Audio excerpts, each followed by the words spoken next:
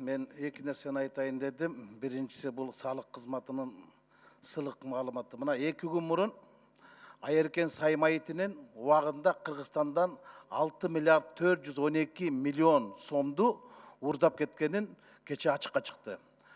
Ошол кездеги Финразведка Финполго жазса, Финпол баш тартып койгон экен. Салык кызматы мына ушул кезге чейин жашырып жүргөн ачыкталды. Эми кече эле салык кызматы отчет берип атат, биз 2019-жылдын планын ашыгы менен аткардык дейт. 11 айда аткара албаган, анан кантип 12 айда аткара кой деп элдин башы маң. Де-юре булар аткарды. А де-факто булар 4 миллиард 739 миллион сом аткарган жок да планды, киреше белгини.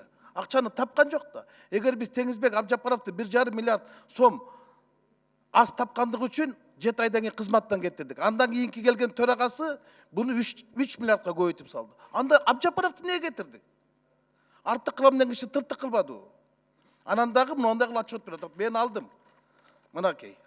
27 район аткарган эмес. Бишкектин бир дагы району планга чыккан эмес. Чүйдүн жарымыстан көп чыккан эмес. Жалал-Абадтын жарымысы чыккан эмес. Райондорду карап көрүңүзчү. Карагулжасы баш болуп, Кочкору төш болуп планга чыккан жок. Президентибиз айтпады эле, салыкты чогулта албаган жетекчилер баарына чара көрүлсүн деп.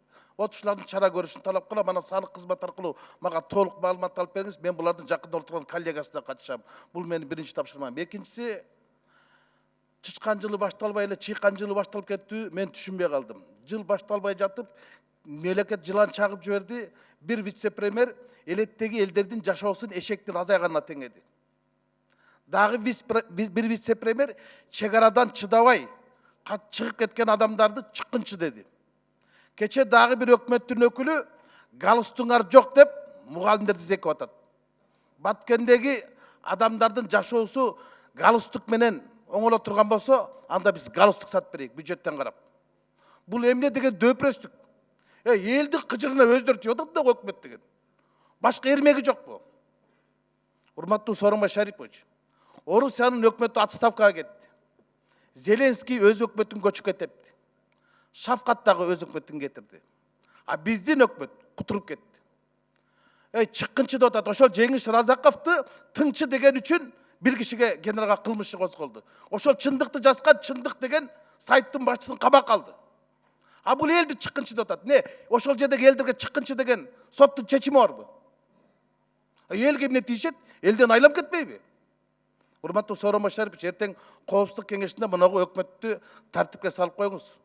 Тизгинин кагып коюңуз. Болбосо элге эрегишип алыптыр. Эл энесин таанытып коет. Ушуну айтайын дедим. Рахмат.